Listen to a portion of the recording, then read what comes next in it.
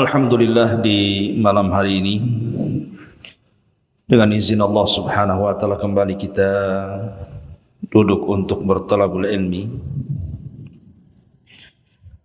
Dan tema di malam hari ini kita akan membahas satu kisah sahabat Rasul yang merupakan as-sabiqun al-awwalun, orang-orang yang mula-mula dan awal-awal masuk Islam. Siapa dia? Dia adalah Uthman ibnu Mad'un radhiyallahu anhu. Uthman ibnu Mad'un. Uthman ibn Mad'un atau kunyahnya Abu Sa'ib, Uthman ibn Mad'un al-Jumahi radhiyallahu anhu, adalah seorang sahabat Nabi sallallahu alaihi wasallam yang tergolong as-sabiqun al-awwalun, dari deretan 20 sahabat yang awal-awal masuk Islam. Dan ulama mencantumkan dia adalah nomor urut ke-14 dari 20 sahabat Nabi sallallahu alaihi wasallam yang mula-mula masuk Islam. Dan Uthman ibn Mad'un radhiyallahu an masuk Islam dengan sederetan para sahabat dalam satu waktu. Di sana ada Ubaidah ibnul Harith ibn Abdul Muttalib, kemudian Abdurrahman ibn Auf, kemudian Abu Salamah ibn Abdul Asad, kemudian Abu Ubaidah ibnul Jarrah, kemudian Uthman ibn Mad'un. Dalam satu waktu mereka menghadap Nabi sallallahu alaihi wasallam kemudian masuk Islam. Ma'asyiral muslimin yang dimuliakan Allah Azza wa Jalla, baik, kita akan mulai siapa sosok Uthman ibn Mad'un radhiyallahu anhu ini, yang saat wafatnya Nabi sallallahu alaihi wasallam menangis sampai berderai air matanya dan memuji Uthman ibn Mad'un dengan mengatakan dia adalah sahabat yang tidak pernah mengambil keuntungan dari dunia dan dunia pun tidak pernah dirugikan dari kepergiannya. Luar biasa, sahabat yang tidak pernah mengambil keuntungan dari dunia dan dunia tidak pernah dirugikan dengan kepergiannya. Itulah Uthman ibn Mad'un radhiyallahu anhu. Ketika Nabi sallallahu alaihi wasallam di permulaan dakwah beliau di tahun 613 atau sebelumnya 610, Nabi sallallahu alaihi wasallam melakukan pertama kali dakwah secara dakwah sirriyah, dakwah tidak terang-terangan, selama 3 tahun, dari tahun 610 Masehi sampai tahun 613 Masehi. Karena waktu itu memang Nabi sallallahu alaihi wasallam baru saja mendapatkan mandat wahyu dari Allah Azza wa Jalla dan diangkat menjadi nabi dan rasul. Artinya belum ada kekuatan, belum ada pengikut.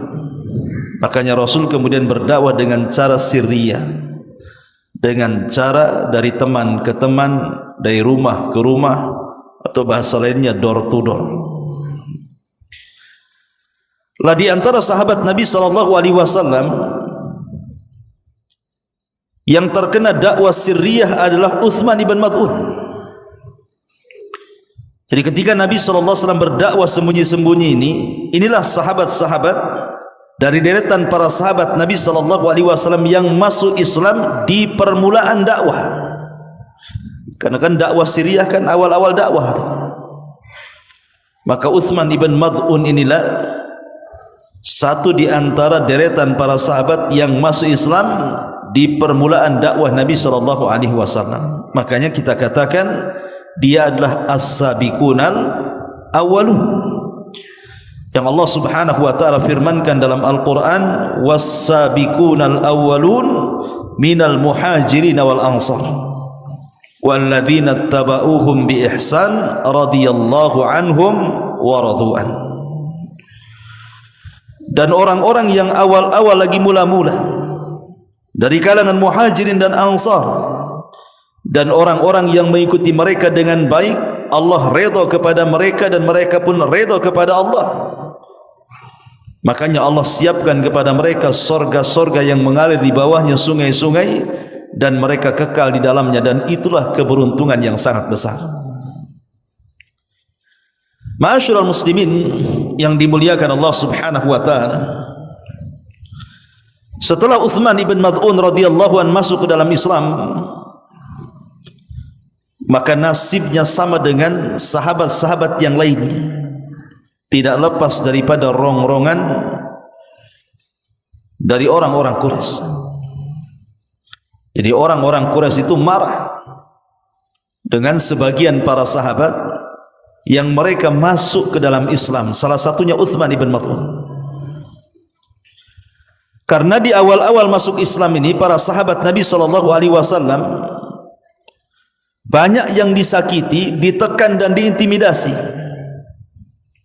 Contoh saja Uthman ibn Affan radhiyallahu an, itu sampai diikat tangannya di belakang, kemudian digulung dengan tikar, kemudian digantung kakinya di atas, kepalanya di bawah, kemudian dibakarkan perapian supaya asapnya terkena wajahnya. Tapi Uthman tetap di atas agama Islam dan tidak bergeming dengan keislamannya. Ataupun contoh Suhaib Ar-Rumi. Suhaib Ar-Rumi dipukul dada dan tengkuknya sampai hilang akalnya, hilang ingatannya. Tapi kemudian Allah Subhanahu wa taala kembalikan ingatannya setelah lama. Atau contoh Mus'ab ibn Umair yang dipenjarakan keluarganya gara-gara masuk ke agama Nabi SAW. Setelah kemudian dia lepas dari penjara keluarga, maka dia diputus oleh keluarganya, tidak boleh menerima sepeser pun uang dari kekayaan keluarganya, disuruh cari uang sendiri. Apalagi kalau kita cerita para budak kan, seperti Bilal ibn Rabah bagaimana disiksa habis-habisan oleh Umayyah bin Khalaf, kemudian Khabbab ibn Arat yang disundut dengan besi panas, ataupun keluarga Ammar ibn Yasir yang dibantai oleh Abu Jahal sampai Sumayyah mati syahid, dan juga suaminya kecuali Ammar, itu pun tidak tahan, hampir murtad. Lah salah satu yang mendapatkan penyiksaan adalah siapa? Uthman ibn Mad'un. Uthman ibn Mad'un ini juga tidak lepas daripada siksaan orang-orang Quraisy. Makanya karena dia tidak tahan, dia kemudian melakukan hijrah pertama kali dengan rombongan Uthman ibn Affan. Ke mana? Ke Ethiopia, Habasyah. Kenapa Nabi SAW menyuruh mereka hijrah? Dan Nabi SAW juga tidak berangkat hijrah ke Habasyah, karena posisi Nabi SAW kali itu masih kuat, dilindungi oleh kabilahnya, sehingga orang-orang musyrik tidak berani menyentuh Nabi. Karena di belakang Rasul ada kabilah Bani Hashim dan Bani Muttalib, sehingga Rasul tidak disentuh. Tapi orang-orang lemah seperti Bilal ibn Rabah, Khabbab ibn Arat, keluarga Ammar ibn Yasir, termasuk Uthman ibn Mad'un dan yang lainnya, mereka tidak bisa mempertahankan keimanan mereka di kota Mekah karena sengitnya permusuhan orang-orang Quraisy kepada kaum muslimin. Makanya kemudian mereka ingin hijrah keluar dari Mekah supaya mereka bisa beribadah kepada Allah Azza wa Jalla. Lah dari situ Nabi SAW memberikan rekomendasi, kalau kalian ingin hijrah, hijrahlah ke negeri Habasyah. Di sana ada seorang raja yang sangat adil, tidak pernah menzalimi siapapun daripada rakyatnya. Dialah Najasyi atau dikenal namanya Ashamah ibn Afjur. Pergilah kalian ke sana. Maka berangkatlah rombongan pertama, sekitar 12 orang, ada yang mengatakan 15 orang, dipimpin oleh Utsman ibn Affan, berangkat ke Habasyah. Inilah hijrah pertama dalam Islam. Tahun 615 Masehi. Ma'asyiral muslimin yang dimuliakan Allah Azza wa Jalla, 1 tahun setelahnya, setelah mereka berada di bumi Habasyah, datang berita khok, berita buruk, bahwa banyak tokoh-tokoh Quraisy setahun setelahnya masuk Islam. Ketika itu turun surah An-Najm, di mana kemudian banyak, ketika turun surah An-Najm ini, sebagian atau secara hampir sebagian besar orang-orang Quraisy itu sujud. Disangka mereka masuk ke agama Nabi SAW. Disebarlah hoax bahwa orang-orang Quraisy itu sudah banyak masuk Islam. Sampailah berita ini ke Habasyah. Maka tentu mereka senang. Baru ditinggal 1 tahun, ternyata orang-orang Quraisy sudah banyak masuk Islam. Padahal ini berita hoax. Akhirnya kemudian orang-orang yang sudah di Habasyah setahun itu, mereka balik.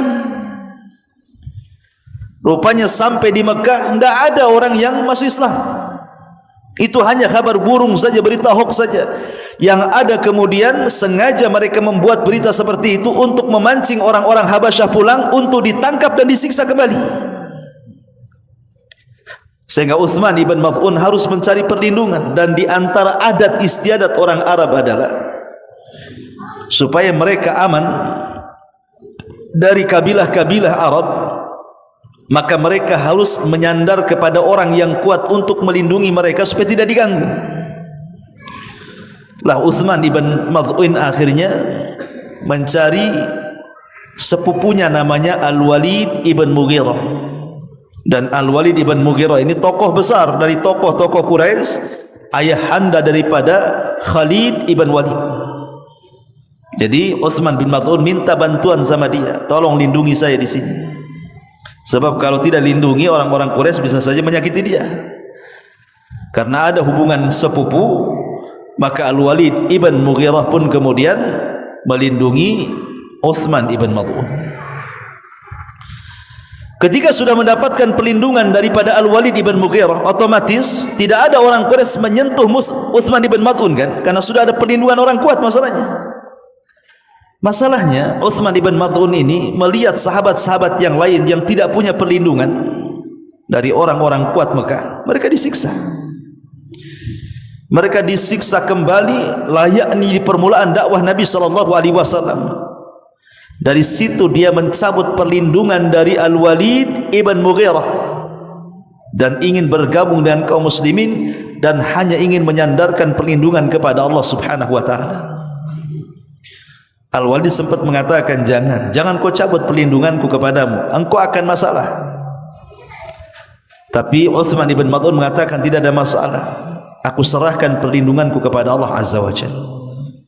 Maka Al-Walid pun mengumumkan bahwa dia sudah tidak melindungi siapa? Utsman ibn Maz'un. Ketika orang-orang tahu bahwa Utsman ibn Maz'un ini tidak punya perlindungan dari Al-Walid ibn Mughirah, mulai datang gangguan kepada dia. Satu hari ada seorang penyair namanya Al-Walid ibn Rabi'ah. Walid ibn Rabi'ah ini, atau Labid ibn Rabi'ah ini, seorang penyair kondang kala itu, berada di majelis Quraisy, sedang melantunkan bait-bait syair. Karena orang-orang Quraisy zaman itu suka menampilkan syair-syair, ditonton banyak orang. Tampilah Labid ibn Rabi'ah ini bersyair, berkumandang. Kemudian salah satu ucapannya adalah, ala kullu syai'in ma khalallahu batil. Ingatlah segala sesuatu selain Allah Subhanahu wa taala adalah kebatilan. Lah ketika sang syair ini mengatakan seperti itu, Utsman ibn Maz'un itu ada di situ. Apa kata dia? Sodakta, kau benar, katanya. Masalahnya kemudian bait syair yang setelahnya dia mengatakan, wa kullu na'imin la mahalata zailun, dan setiap kenikmatan maksudnya di sorga pasti akan hilang. Maka Uthman ibn Mad'un langsung mengatakan, kadzabta, dusta kamu, katanya. Ketika dia mengatakan kadzabta, Labid ibn Rabi'ah ini terhenti dari melantunkan syair dan mengatakan, demi Allah, sepanjang aku menjadi pujangga, katanya, melantunkan syair, tidak ada orang berani memotong syairku kecuali kamu, katanya. Akhirnya dia mengatakan, mengompori yang lainnya, bahwa orang ini orang gak beres nih. Tiba-tiba seorang laki-laki mengatakan, inna hadha safihun faraqa dinana fala tajidanna fi nafsika min qawlihi. Wahai Labid ibn Rabi'ah, kamu tahu enggak siapa yang memotong syairmu itu? Maksudnya Uthman ibn Mad'un itu. Dia adalah orang bodoh, safi, faraqa dinana, dia yang sudah meninggalkan agama kami. Dari situ kemudian tiba-tiba ada seorang laki-laki datang menghantam, mengeroyok siapa? Uthman ibn Mad'un, dan menonjok pas di mata sebelah kanannya sampai bengkak. Sampai ketika terjadi perkelahian itu, datanglah Al-Walid ibn Mughirah dan mengatakan, ya Uthman, bukankah sudah kukatakan jangan kau cabut perlindunganku? Nah ini jadinya kayak gini nih, kau ditonjok orang jadinya. Balik lagi lah kau kepada aku akan umumkan kepada orang-orang Quraisy biar engkau tidak diganggu dan engkau berada dalam lindunganku, biar engkau tidak bermasalah. Kata Uthman ibn Mad'un, sesungguhnya ketika mereka menonjok mataku, ini yang kuinginkan, katanya. Ini yang kuinginkan. Kalau bisa yang satunya ditonjok lagi, karena yang satu ini mata suka berkhianat, katanya. Ada orang sahabat kayak gini coba. Kalau bisa satunya lagi ditonjok gitu. Karena mata yang satu ini takut berkhianat, katanya. Ma'asyiral muslimin yang dimuliakan Allah Subhanahu wa taala, seperti itulah Uthman ibn Mad'un radhiyallahu anhu. Dia membela Islam di hadapan khalayak ramai. Ma'asyiral muslimin yang dimuliakan Allah Azza wa Jalla. Jadi ketika kemudian mereka balik dari hijrah pertama, kemudian terjadi kembali semacam penyiksaan dari orang-orang Quraisy, akhirnya mereka kembali lagi ke Habasyah untuk kedua kalinya. Itulah hijrah kedua ke Habasyah, dengan membawa para sahabat Nabi SAW yang jauh lebih banyak lagi, dipimpin oleh Ja'far ibn Abi Talib pada tahun 616 Masehi. Berangkat rombongan kedua ke Habasyah. Ya. Ma'asyiral muslimin yang dimuliakan Allah Subhanahu wa taala, lah ketika kemudian berlangsung hijrah mereka, liku-liku hijrah kan, para sahabat yang hijrah ke Habasyah kan macam-macam ya. Liku-liku perjuangan dan kehidupan mereka itu. Ya ada yang enak, ada yang tidak enak, biasa namanya orang hijrah di perantauan kan. Seperti yang terjadi kepada Ramlah Ummu Habibah. Ketika berada di Habasyah, suaminya murtad, masuk Nasrani. Karena negeri Habasyah kan negeri Nasrani. Tertarik dengan Nasrani, Ummu Habibah ini suaminya masuk ke Kristen. Akhirnya dia menjadi janda. Kemudian Nabi SAW mengutus Amir al-Dhamri untuk meminang Ummu Habibah menjadi istri Nabi SAW. Jadi hidup di negeri orang-orang yang berbeda akidah ini kadang-kadang membahayakan. Baik, kenapa para ulama melarang kita bepergian ke negeri kafir kalau tidak ada kebutuhan yang mendesak? Karena bisa saja negeri kafir itu menyuguhkan kepada kita syubhat dan syahwat. Makanya boleh kita masuk ke negeri-negeri kafir itu dengan aturan yang ketat dalam Islam itu. Bukan hanya sekedar jalan-jalan, bukan hanya sekedar itu. Tapi dalam Islam itu ada aturan-aturan. Ya, contohnya di sini, sahabat Nabi SAW saja bisa masuk ke Nasrani. Padahal Ummu Habibah dan suaminya itu sudah lelah letih loh hijrah loh. menghindari gangguan-gangguan Quraisy. Ketika sampai di Habasyah, murtad pula dia masuk Nasrani. Begitulah liku-liku orang-orang hijrah di zaman itu. Tidak ada gangguan dari Mekah, gangguan pula dari yang lain. Nah, ketika pensyariatan hijrah ke Madinah pada tahun 622 Masehi, maka diberlakukan hijrah ke kota Madinah. Maka semua para sahabat yang ada di Mekah ataupun yang ada di Habasyah disuruh bergabung, kemudian menyatu di kota Madinah. Lah dari sini ma'asyiral muslimin yang dimuliakan Allah Azza wa Jalla, tampaklah bagaimana kepribadian Utsman ibn Mad'un ketika di kota Madinah. Disebutkan di antara manakibnya adalah Utsman ibn Mad'un ini adalah orang yang menghabiskan waktu-waktunya untuk melakukan qiyamul lail dan siyamun nahar. Setiap malam salat malam, setiap malam puasa sunnah, dan setiap hari membaca Quran. Sampai satu hari istri daripada Utsman ibn Mad'un ini bertandang ke rumah istri-istri Nabi SAW. Dalam riwayat ke rumah Aisyah radhiyallahu anha. Kata Aisyah radhiyallahu anha kepada istrinya Utsman ibn Mad'un ini, "Kenapa penampilanmu seperti ini? Kenapa penampilanmu seperti orang susah? Bukankah suamimu orang berduit? Harusnya kan pakaianmu itu yang layaklah dipakai. Ini pakaian enggak layak ini. Sifat perempuan itu harus berdandan untuk suaminya." Maka istrinya mengatakan kepada Aisyah radhiyallahu anha, "Bagaimana aku harus dandan sementara suamiku tidak berhajat kepada aku? Kalau malam solat malam, kalau siang puasa sunnah, kapan dia menyentuhku?" Akhirnya kemudian sampailah berita ini kepada Nabi SAW. Maka Nabi SAW menasihati kepada Utsman ibn Mad'un bahwa Allah itu punya hak, tapi keluarga kamu juga punya hak, gitu ya. Jangan kau habiskan hak Allah dengan qiyamul lail setiap malam ataupun dengan puasa sunnah setiap hari, tapi luangkan waktu untuk keluargamu. Karena biarpun demikian, kata Rasul, tidak ada manusia yang lebih bertakwa dibandingkan aku, tapi aku bagi hak-hakku kepada Allah dan kepada keluargaku, kata Nabi. Akhirnya Utsman ibn Mad'un sadar, kemudian mengikuti nasihat Nabi SAW.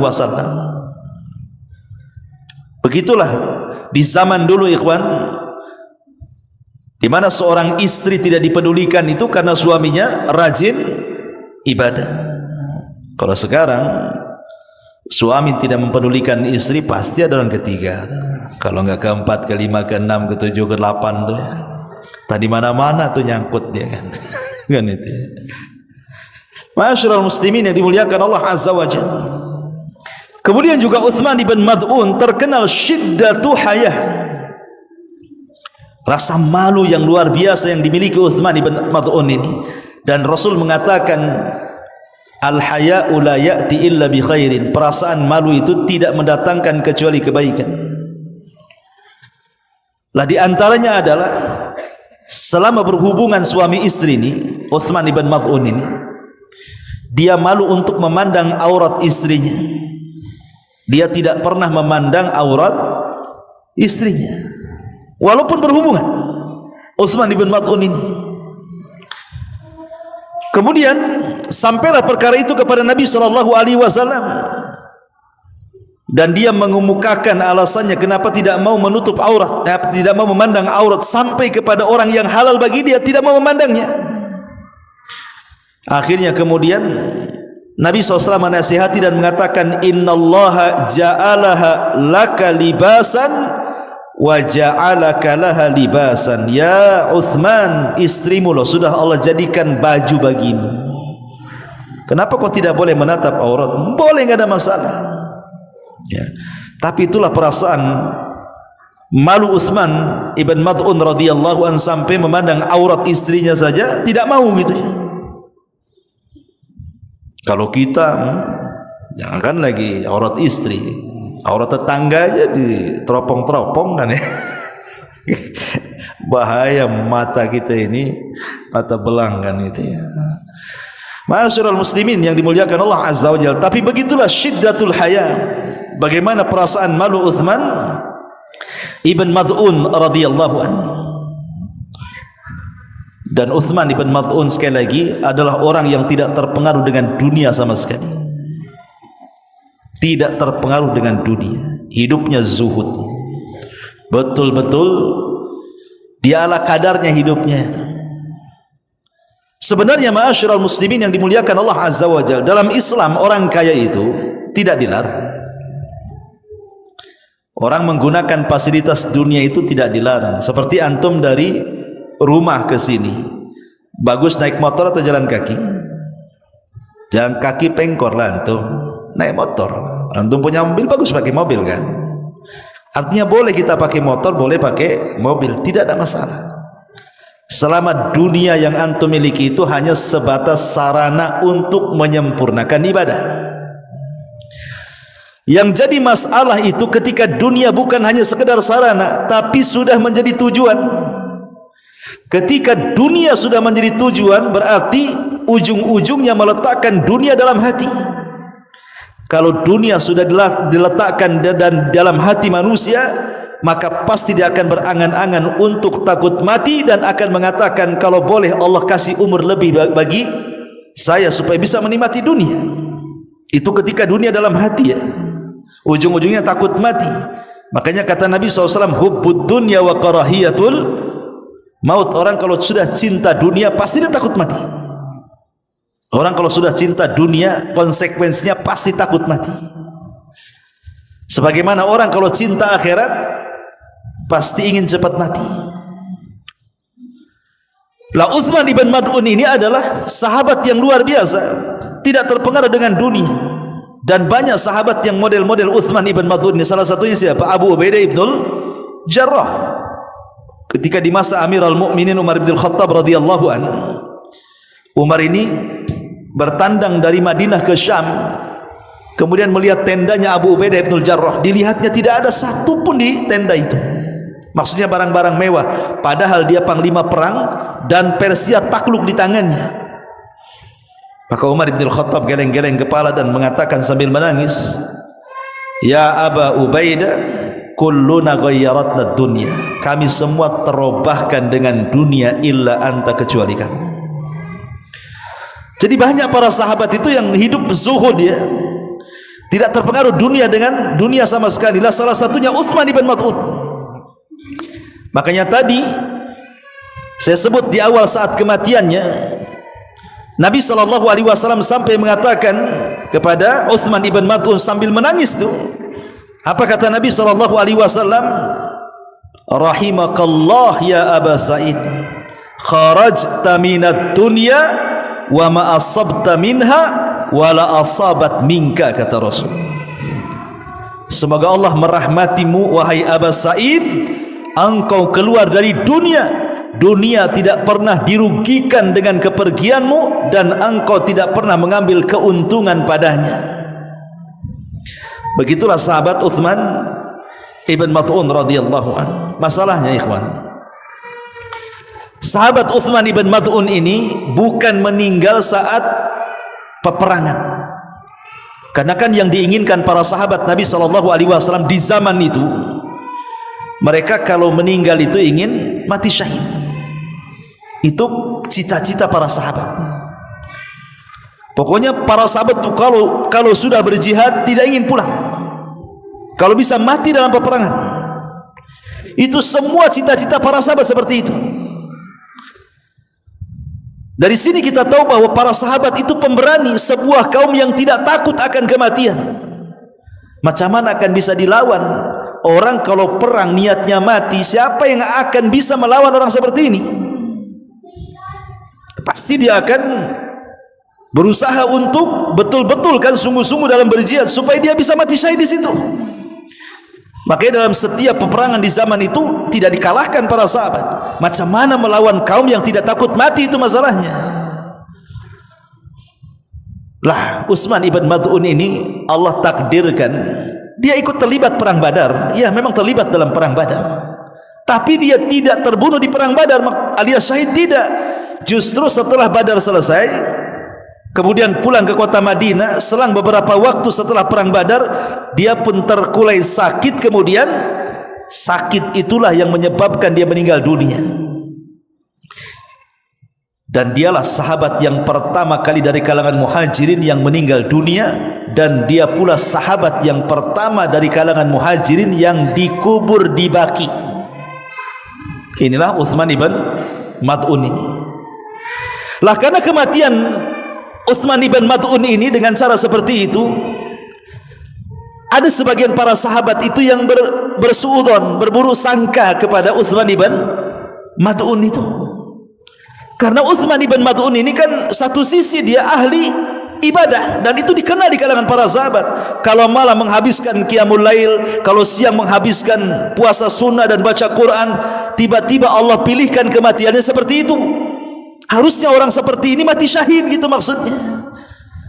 Sampai orang-orang yang berburuk sangka itu, salah satunya adalah siapa? Umar bin Khattab. Umar bin Khattab radhiyallahu anhu ikut berburuk sangka gitu ya kepada Utsman ibn Mad'un, dan itu lama sekali dihilangkan dari hati-hati para sahabat sampai meninggalnya Nabi SAW. Barulah perasaan itu hilang. Kenapa? Karena Nabi SAW juga tidak mati di peperangan. Mati kan Rasul tidak mati syahid kan?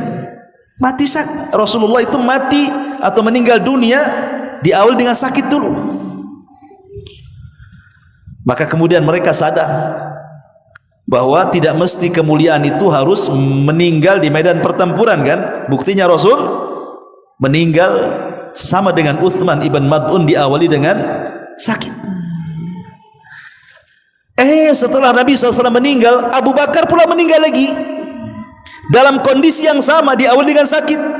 Dia mandi tengah malam, kemudian dia merasakan sakit. Akhirnya sakit itu yang menghantarkan Abu Bakar Siddiq radhiyallahu anhu kepada kematiannya.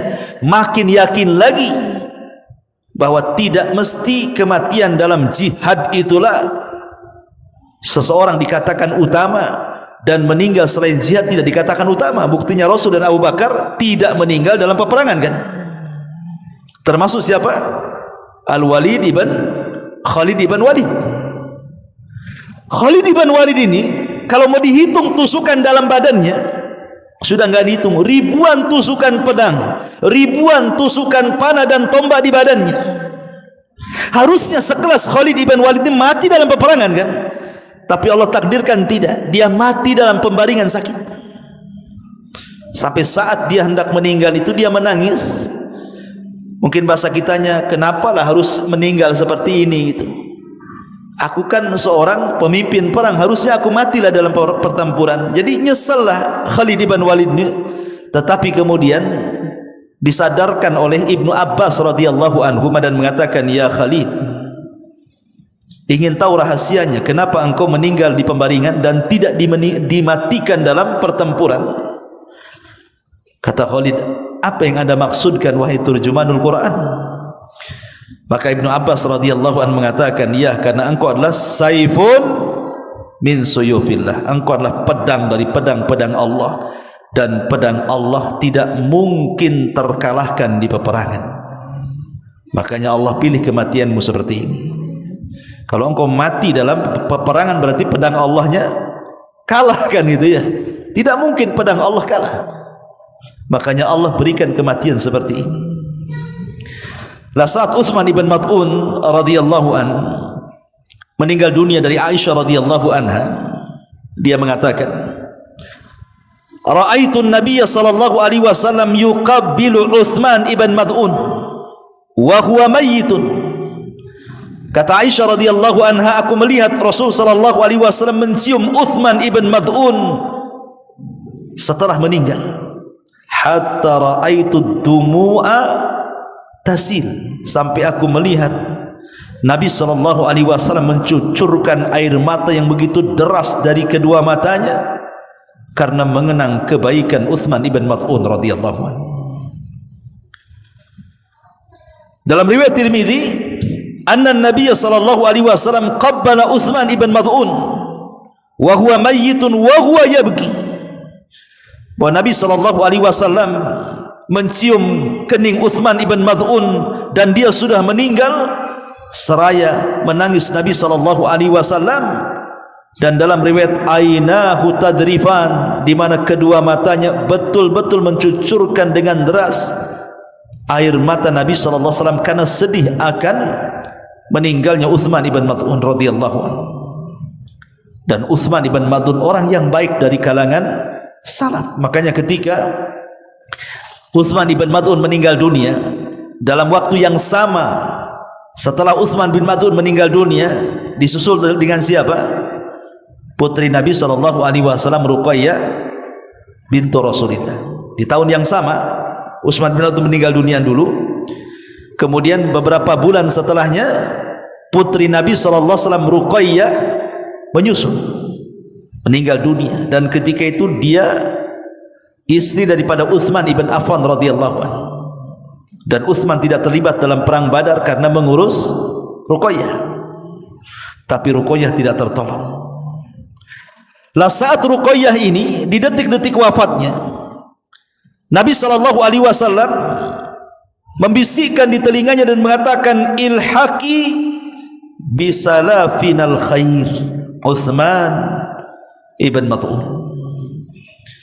Kata Nabi SAW kepada Ruqayyah saat ruhnya hendak terlepas dari badannya, ilhaqi bisalafinal khair, susulah orang terbaik dari kita, maksudnya Uthman ibn Mad'un.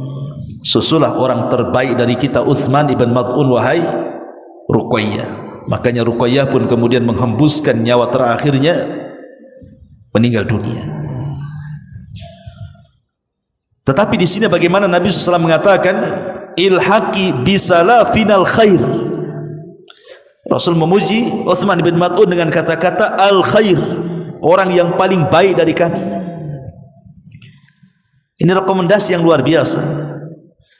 Uthman ibn Mad'un radhiyallahu anhu meninggal di kota Madinah, dan dia orang yang pertama kali berhijrah, orang yang pertama kali wafat dari kalangan muhajirin di Madinah, dan orang yang pertama kali dikebumikan di kuburan Baqi al-Gharqad radhiyallahu anhu wa radu'an. Semoga Allah Subhanahu wa taala meridhai Uthman ibn Mad'un radhiyallahu anhu. Inilah di antara kisah daripada Uthman ibn Mad'un. Lalu apa yang kita bisa petik pelajaran daripada kisah Uthman ibn Mad'un ini? Pertama, kita diajarkan untuk kesederhanaan dalam ibadah. Ketika Uthman ibn Mad'un menghabiskan hari-harinya untuk beribadah kepada Allah, malamnya qiyamul lail tidak berhenti, kemudian siangnya dihabiskan untuk puasa sunnah, sehingga dia kurang perhatian dengan keluarganya, Rasul menasihati, bukan seperti itu cara beribadah. Masalahnya Allah itu tidak akan pernah bosan dengan ibadah kita. Terkadang kita yang bosan dengan ibadah kita kepada Allah. Allah enggak akan pernah bosan dengan kita. Kita yang bosan nantinya. Makanya itu yang dialami oleh siapa? Abdullah ibn Amr ibn As. Abdullah ibn Amr ibn As ketika dinasihati Nabi SAW, dia kan sama juga tuh, tiap hari puasa sunnah, tiap hari qiyamul lail, tiap hari baca Quran, dan menghatamkan lagi, tiap hari menghatamkan Quran. Oleh Rasul dikasih alternatif, kalau bisa hatamkan Quran sebulan sekali katanya. Kalau bisa puasamu puasa 3 hari dalam sebulan, atau kalau tidak bisa ingin lebih, maka puasalah Senin Kamis, atau ingin lebih puasa Daud, dan jangan ditambah lagi di sini kata Rasul. Tapi Amr ibn As kemudian karena merasa mampu, dia memilih ibadah yang paling ketat yang diberikan Nabi SAW. Seperti puasa, dia tidak mau mengambil Ayyamul Bid, dia ambil puasa Daud ya. Kemudian dia menghatamkan Quran 10 sekali, 10 hari sekali, dan begitu seterusnya. Ketika dia masa senja sudah tua, Abdullah ibn Amr bin As ini sudah senja, sudah tua, tenaganya tidak seperti muda lagi. Barulah dia agak kerepotan untuk melakukan ibadah-ibadah dengan cara istiqomah yang biasa dilakukan dari muda. Kenapa? Karena terlampau banyak yang harus dilakukan. Dari situ dia mengatakan, laitani akhadtu rukhsatan Nabiy sallallahu alaihi wasallam. Duhai kiranya dulu ketika Rasul menyarankan aku untuk melakukan ibadah yang ringan, aku ambillah keringanan itu, katanya, supaya aku bisa istiqomah sampai kematianku. Dari sini kita tahu bahwa khairul a'mal adwamuha wa in qalla. Sebaik-baik amal itu yang istiqomah walaupun sedikit, daripada diborong banyak kemudian capek akhirnya ditinggalkan ibadah. Bahasa ulama itu man akhadha jumlatan faqadal jumlah. Siapa yang mengambil banyak pasti akan meninggalkan banyak juga. Ini yang pertama. Yang kedua, di antara faedah daripada kisah Utsman ibn Mad'un radhiyallahu anhu di sini, bagaimana Utsman ibn Mad'un mengajarkan kesederhanaan dalam hidup, bukan hanya dalam ibadah, dalam hidup. Dia tidak terpengaruh dengan dunia. Dengan kata lain, dia mengajarkan kepada kita apa yang disebut dengan zuhud. Apa itu zuhud? Zuhud itu meletakkan dunia di genggaman tangan dan tidak meletakkan dunia di dalam hati. Itulah zuhud. Dan ini definisi yang paling mantap yang dikatakan oleh Hasan al-Basri rahimahullahu ta'ala, Sufyan al-Thawri rahimahullahu ta'ala. Nah, Sufyan al-Thawri ini kan kaya, banyak duitnya. Kemudian orang-orang mengatakan, ya Sufyan, engkau mengajarkan kami zuhud tapi kau kaya, katanya. Engkau ini termasuk imamuz zahidin, imamnya orang-orang zuhud, tapi kau kaya. Jadi orang-orang yang mengatakan seperti itu kepada Sufyan seolah-olah zuhud itu harus miskin. Zuhud itu kalau bisa robek-robek pakaiannya. Zuhud itu kalau bisa makan keraknya, nasi-nasi kering yang dikeringkan gitu ya. Nggak boleh makan rawon, makan gulai nggak boleh. Zuhud itu yang ya lontong sayur yang udah 3 hari gitu ya. Jadi seolah-olah zuhud itu apa ya, nggak menikmati dunia, nggak begitu. Jadi Sufyan al-Thawri mengajarkan bukan begitu, katanya. Kenapa aku harus kaya, kata Sufyan al-Thawri? Likai la atamandalu ala sultan. Supaya kalau aku kaya, aku tidak menjilat penguasa. Kalau aku miskin, aku menjilat penguasa, aku tidak bisa mengeluarkan kata-kata hak di hadapan mereka. Tapi ketika aku kaya, aku tidak menjilat penguasa, maka aku bisa mengkritik pemerintah, karena aku tidak berhajat kepada mereka. Kemudian dia mengatakan, sesungguhnya zuhud itu adalah meletakkan kekayaan di tangan dan tidak meletakkan kekayaan di hati. Ketika kekayaan itu hanya berpindah dari satu tangan ke tangan berikutnya, maka kalaupun kekayaan itu hilang, tidak mempengaruhi hati kita. Seolah-olah datang dari tangan kanan untuk pergi ke tangan orang, hanya berpindah-pindah tangan saja, sehingga kalaupun hilang, maka hati tidak terpengaruh. Beda kalau antum letakkan harta di hati, kemudian berpindah ke yang lain, maka harus mengeluarkan harta dari hati itu berat rasanya. Disitulah letaknya akhirnya mencintai dunia dan berujung kepada takut akan kematian. Ma'asyiral muslimin yang dimuliakan Allah Subhanahu wa taala, dan yang terakhir tentu pelajaran daripada kisah Utsman ibn Mad'un radhiyallahu anhu ini. Utsman ibn Mad'un mengajarkan kepada kita tentang pengorbanan dalam Islam. Dia hijrah 3 kali, ke Habasyah 2 kali dan ke Madinah 1 kali.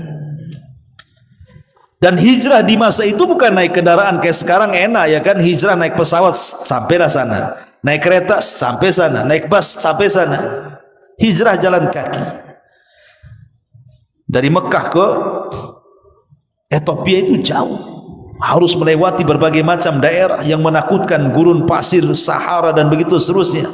Tapi demi mempertahankan agama, mereka rela meninggalkan negara tercinta dan tempat kelahirannya.